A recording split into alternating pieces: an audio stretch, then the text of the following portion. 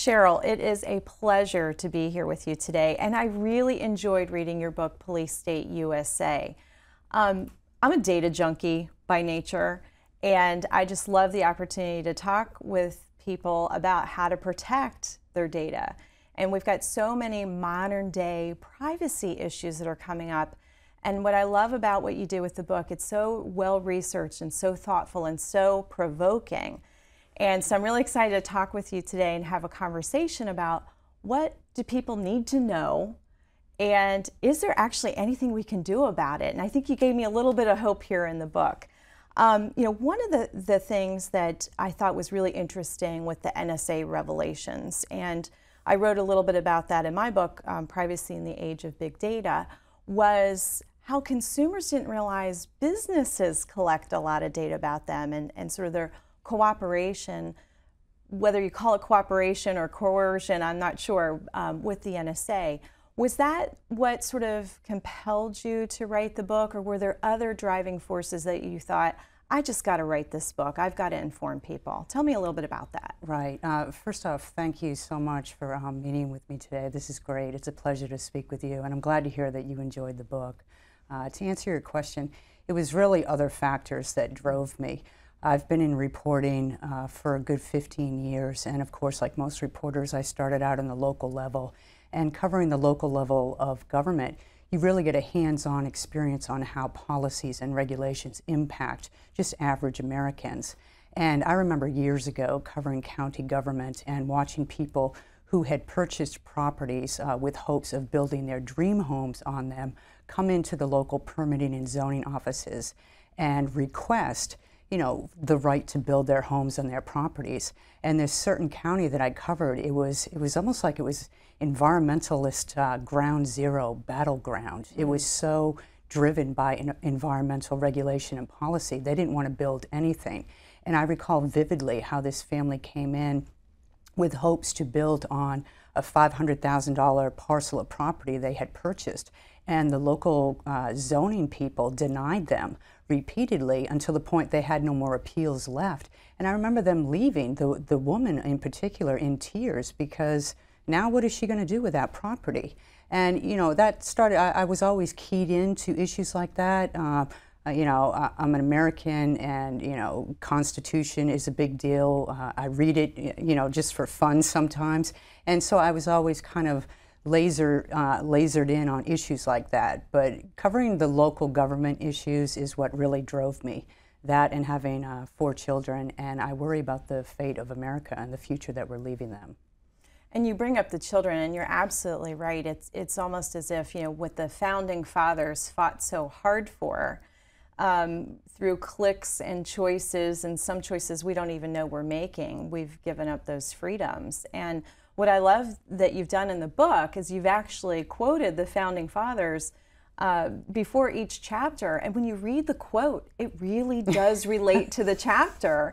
So it shows that the principles of the founding fathers, the Constitution, what this country was founded on, even though the technology may change, the principles stay the same, right? Right. And it's kind of like the Bible. If you're a Christian or if you're a believer, the Bible, the basic principles don't change. The Constitution, it's not a living, breathing document as Al Gore would intend it, as he famously stated, and as a lot of our politicians nowadays regard it. There's certain core principles, and to me, the biggest founding father gift that was given us was the notion that our rights come from God, not government. And if you think about that, it's a very powerful principle, and one that I fear is slipping away, leading to the police state type USA that we have right now. And my biggest concern is recapturing that, because once you recapture it, then you set our nation back on the path that founding fathers intended. So in the book, one of the things that was interesting is you talk about the places where you may not even know you're being tracked. And so, for example, mannequins. And my co-author and I actually talked about the same mannequins you mentioned in your book about, one of the things people might not realize, you drive up to the shopping mall, and if there's surveillance going on, your license plate may be photographed.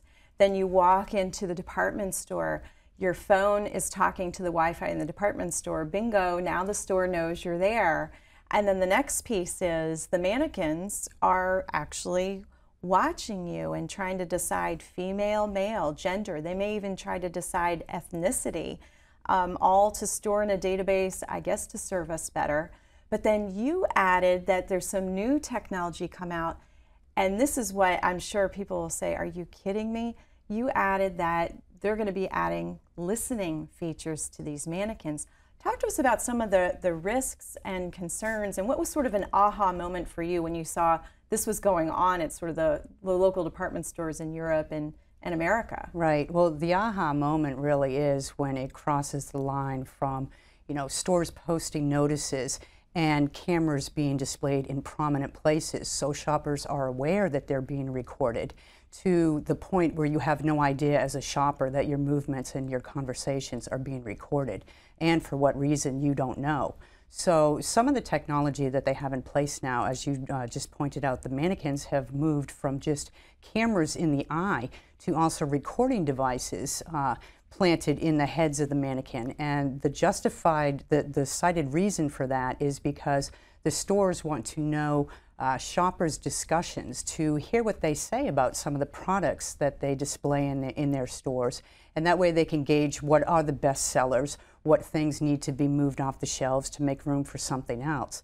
The big problem with this, of course, is most shoppers don't know. When you walk in a store, it's not like signs say, this dummy is recording you. You don't know that, and that's a little bit creepy, I think. That's something in a science fiction movie, it's interesting, but when it's happening to you in real life, it's a little bit alarming.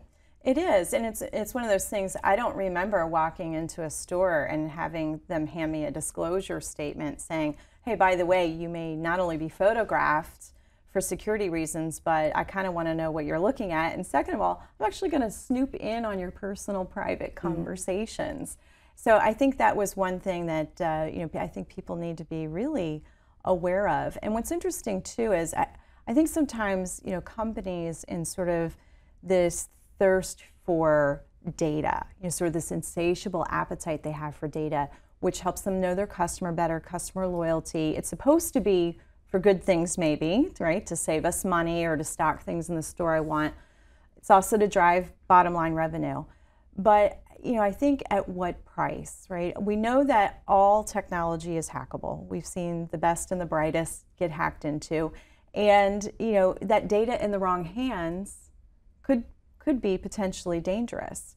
And then I think as we learned, when it comes to if the private sector has the data, then law enforcement may want to request access to that data as well. I mean, could you see things, kind of progressing that way, whether it's recorded conversations or photographs while people are shopping? Well, that is the big fear. First and foremost, in the private field, when you're a shopper, when you go in, you should at the very least be given a heads up to what information is being collected on you.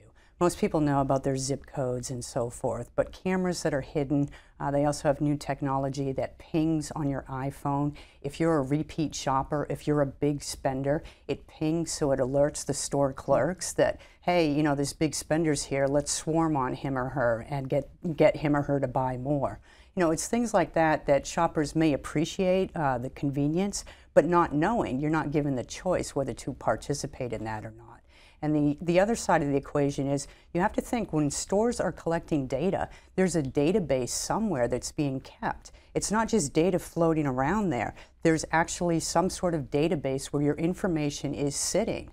And if law enforcement or government surveillance, intel and so forth, ever cite the justification to tap into that data, you have to be aware as an American, you don't have any control on that data being handed over. Exactly, and so there's that. I like to think that we're still innocent until proven guilty, especially if we're minding our own business, right? Right. Let's stay on that topic of facial recognition, because you mention in the book, you talk a little bit about how law enforcement is using facial recognition, and how a lot of states, not just a few, but a lot of states at the DMV, there's a little added bonus going on while you're doing your license renewal. They're asking you, in some cases, not to smile. And the reason being is your photograph now has a dual purpose, right? It's not just about your driver.